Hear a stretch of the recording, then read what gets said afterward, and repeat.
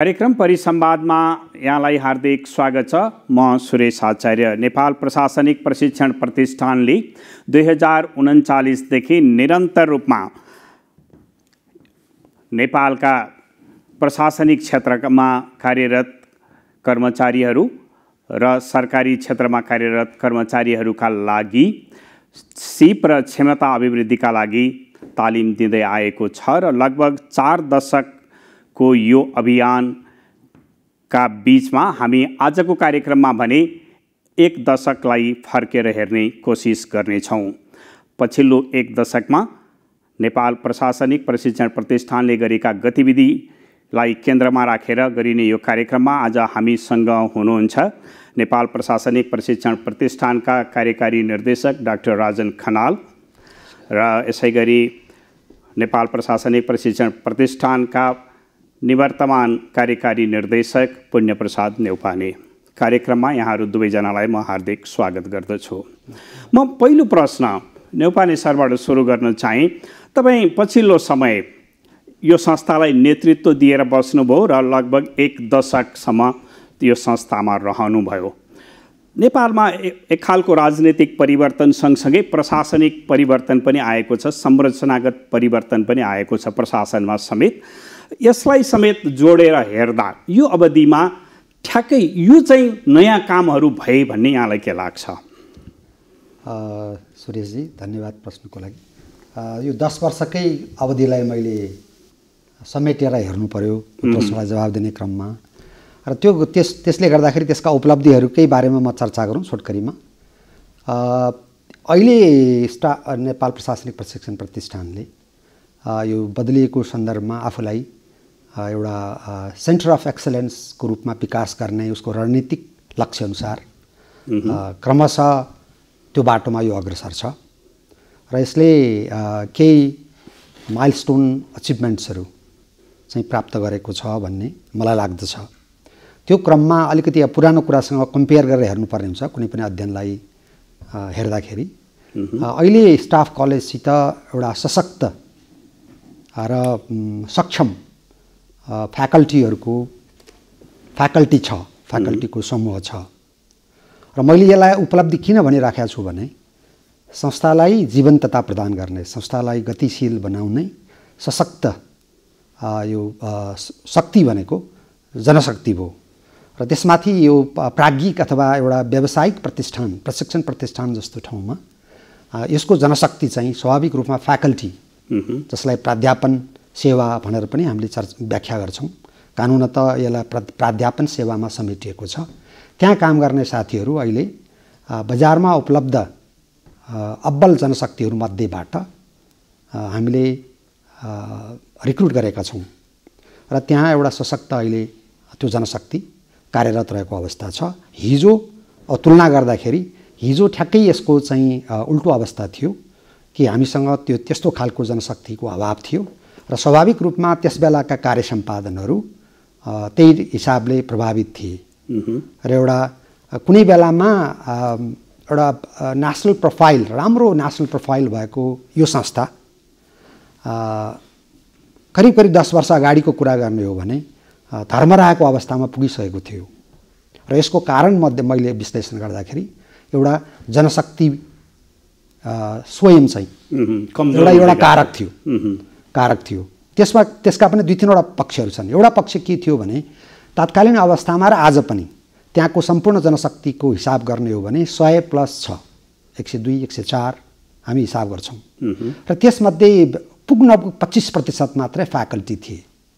बाँकी 75% भनेको प्रशासनिक अनि यो सहायक तहका र कार्यालय सहयोगी तहका र स्वाभाविक रूपमा तपाईँले एउटा प्रशिक्षण र एउटा भनौँ न प्राज्ञिक खालको इन्स्टिट्युसनका लागि यो जनशक्तिको स्वरूप जुन स्ट्रक्चर जुन सङ्ख्या देखियो त्यो आफैमा नमिल्दो कुरा थियो र हामीले त्यसलाई एड्रेस गर्ने कोसिस गऱ्यौँ र आजको दिनमा आउँदाखेरि 50-50मा पुगेको छ।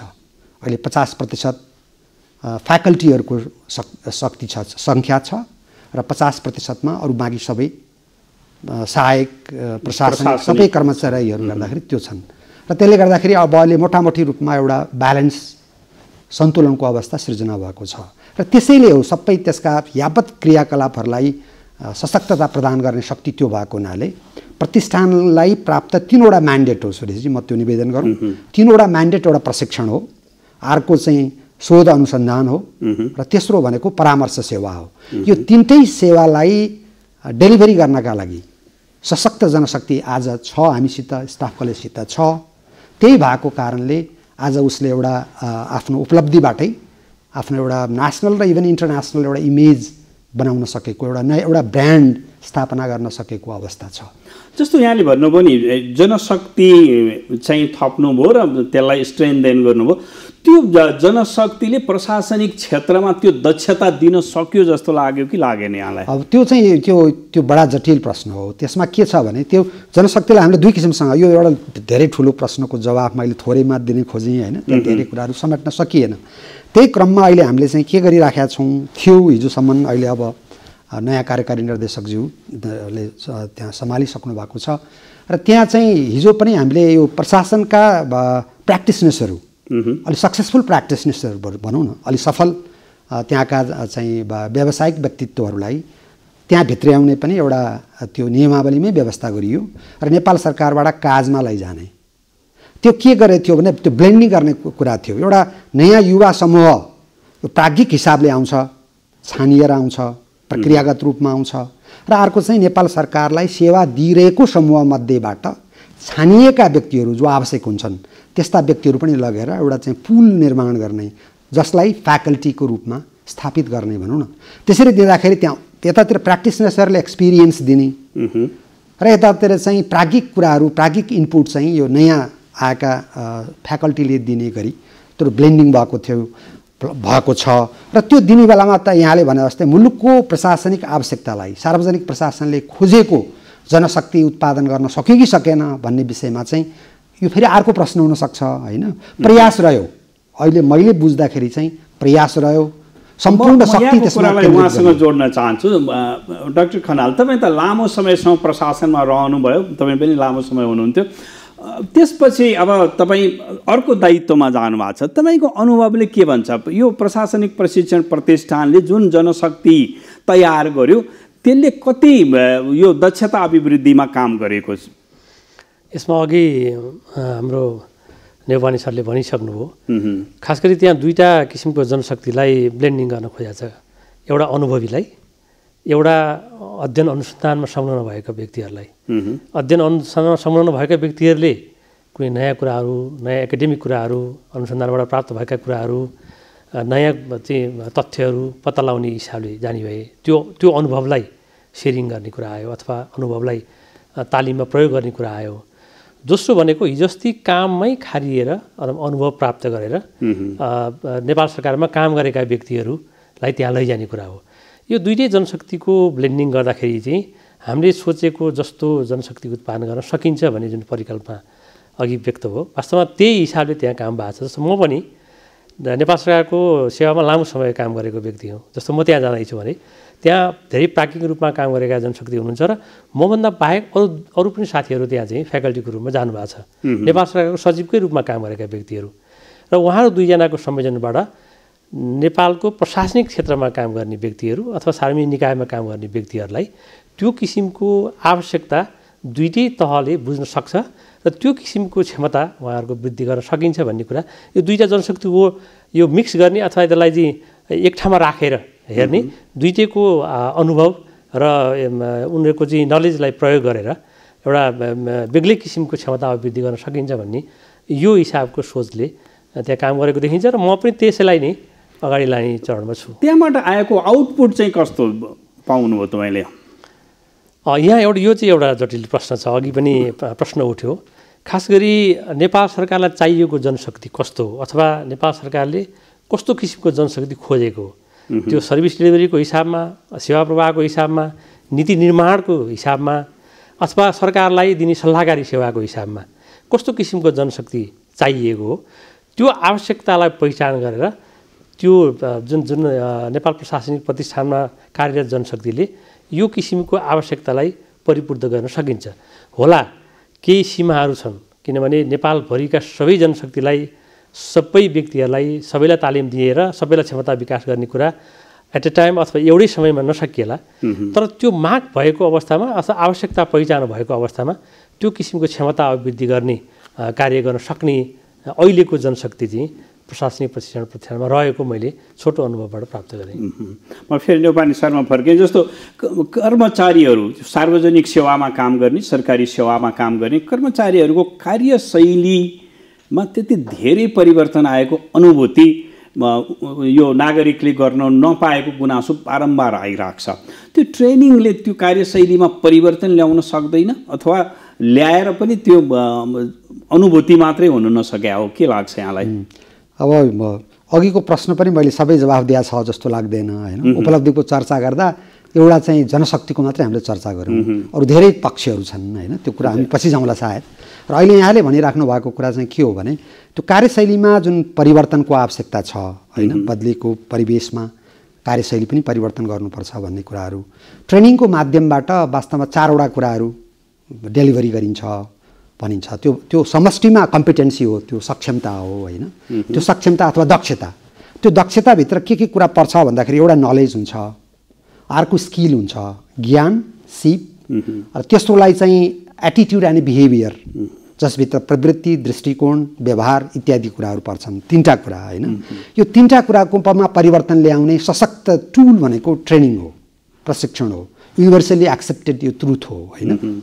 र हामीले चाहिँ के गर्न सकिरहेका छौँ भन्दा हाम्रो कर्मचारीहरू जो नेपाल सरकारसित छन् नि, नेपाल सरकारसित भएका कर्मचारीहरूको नलेजको एउटा स्थिति चाहिँ मजबुत छ होइन।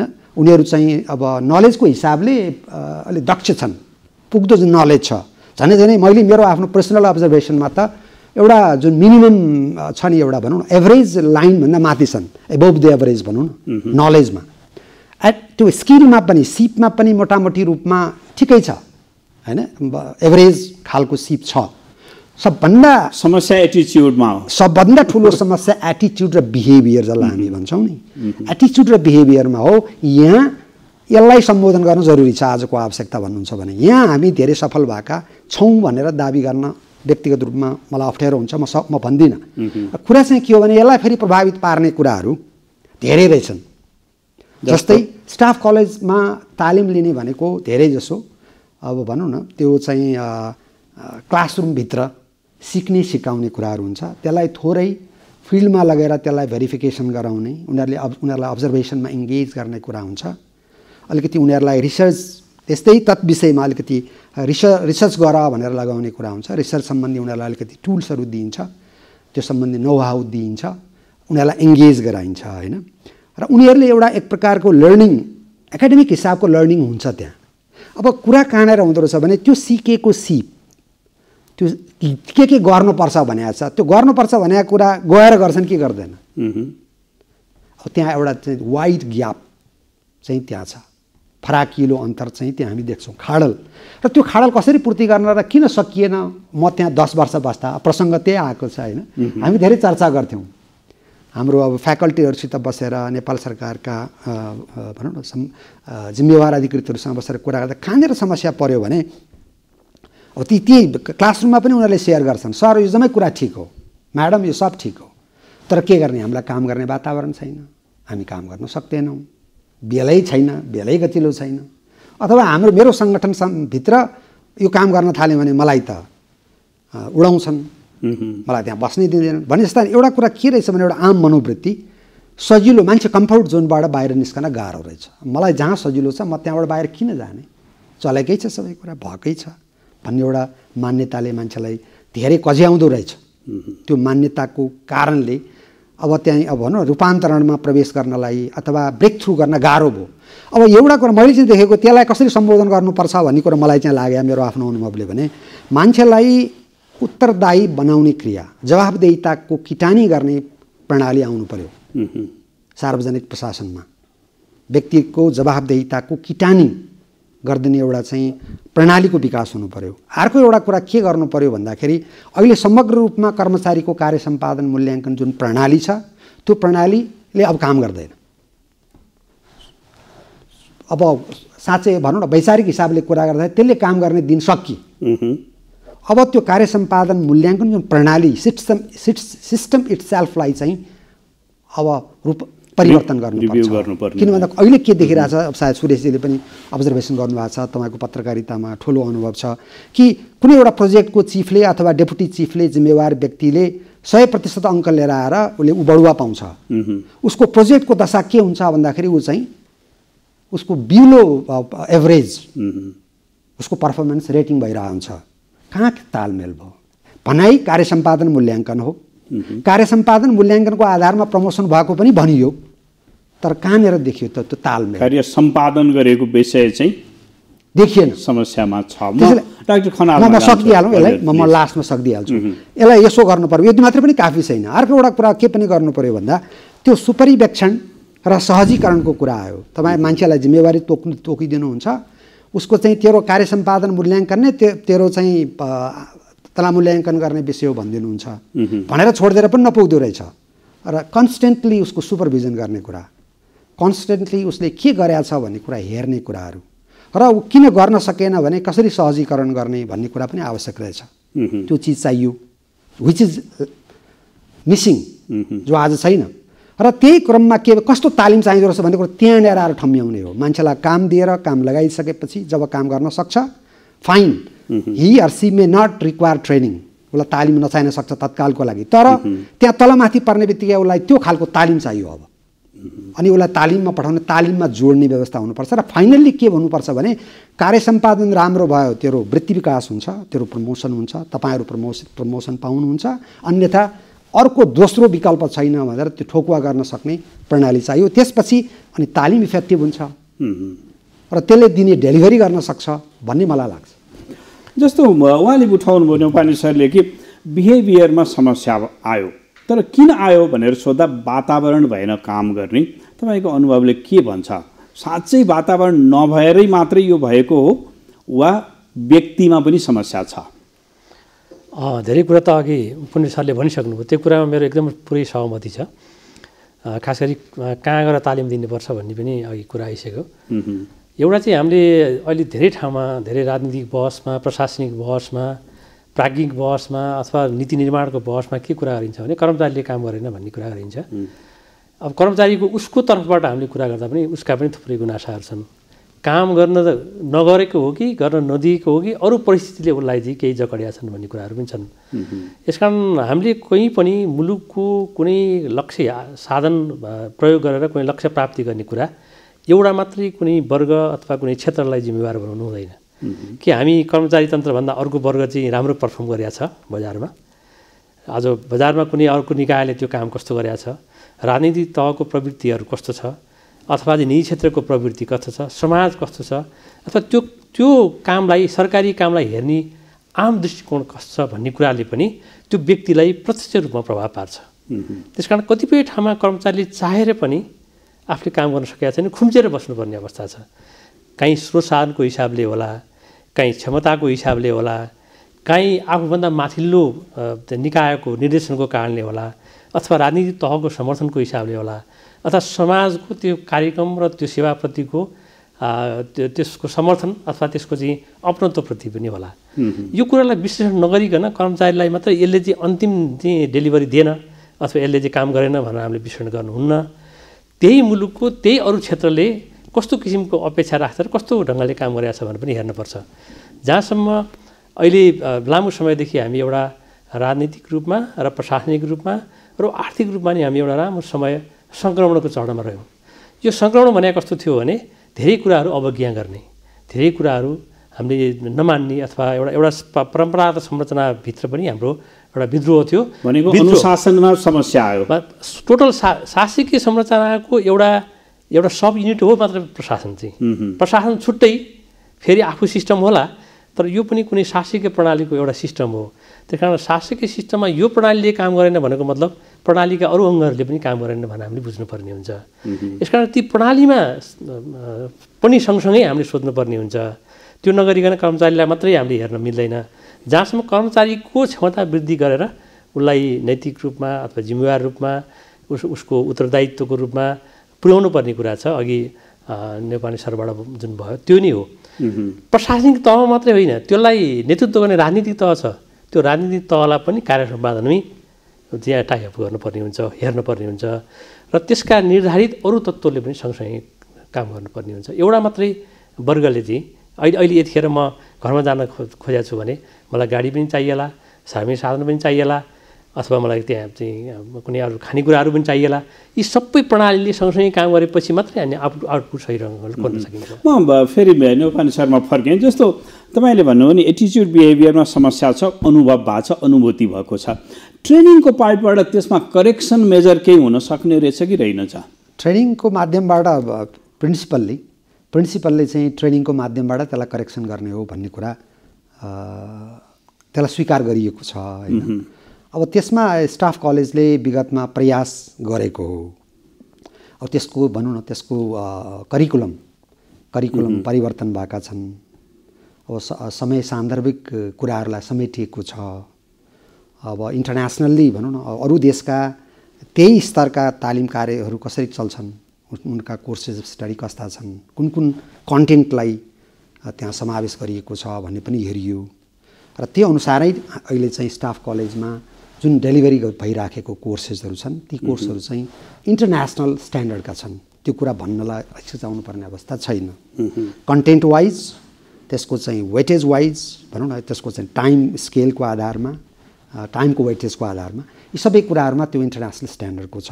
समस्या चाहिँ के भने अघि हाम्रो कार्यकारी निर्देशकज्यूले भनिसक्नुभयो, यो एउटा संस्कृतिको एउटा छाप चाहिँ गजबको छाप चाहिँ हाम्रो सम्पूर्ण सिस्टममा पर्दो रहेछ। स्वाभाविक रूपमा यो एउटा सब सिस्टम भएको नाताले यहाँ पनि परिदियो, अन्यत्र पनि नि हाम्रो कल्चरल जुन भ्यालुजहरू करेक्सन गर्नुपर्ने समाजका अरू थुप्रै क्षेत्र पनि भए। त्यसको माने जब सबै सुध्रेला यो पनि सुध्रिन्छ भनेर चित्त बुझाउने कुरा होइन। हामी जहाँ छौँ हामीले त्यहीँबाट कोसिस गर्ने, हरेकले आफ्ना ठाउँबाट कोसिस गर्ने हो होइन।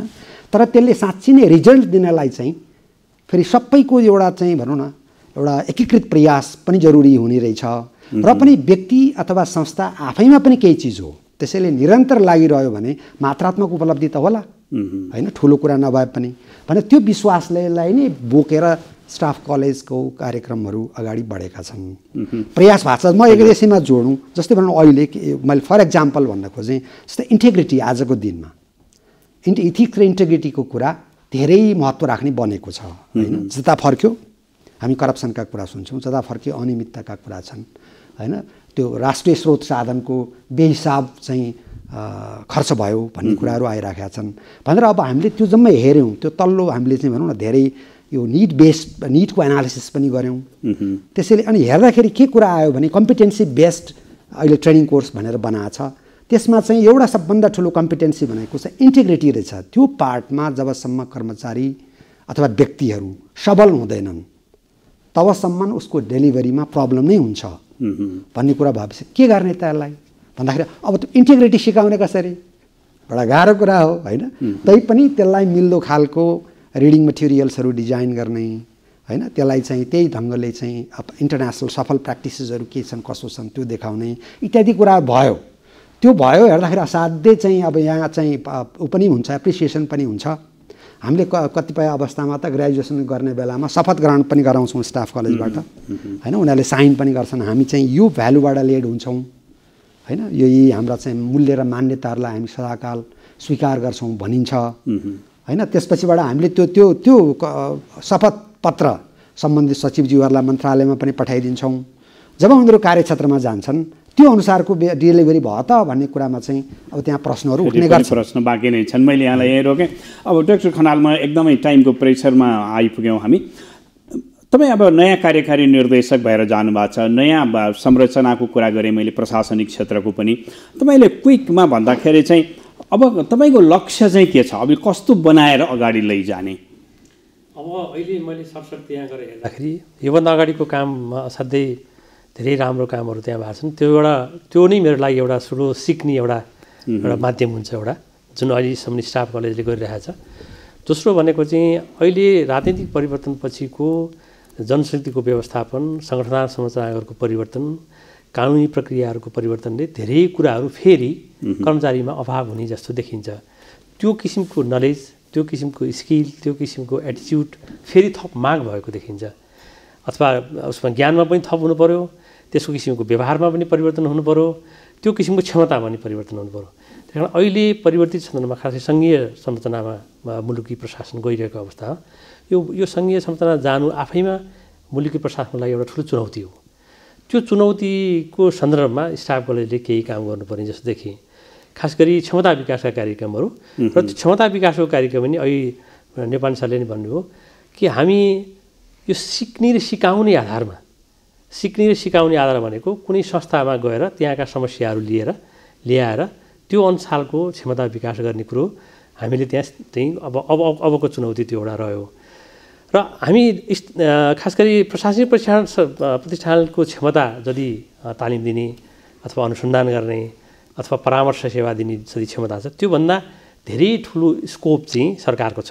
सरकारलाई दिनुपर्ने धेरै ठुलो कुराहरू छ। अहिलेसम्म हामीले तालिम त दिइ नै हाल्यौँ। केही राम्रा कामहरू त्यहाँ सुरुवात भएका छन्। खास गरी सरकारलाई नै परामर्श दिने, कुनै नयाँ नीति ल्यायो भने त्यो नीति ठिक छ कि छैन, समयमा आइपुग्यो भने के कुरा कमी कमजोरी भयो एउटा त्यसमा दिने। अर्को कुनै सेवाग्राहीले पाइरहेको सेवा ठिक ढङ्गले गएको छ कि छैन, नपुगेको काहीँ छ भनेदेखि त्यो नपुगेको कहाँ हो र भने हामीले औँल्याइदिने।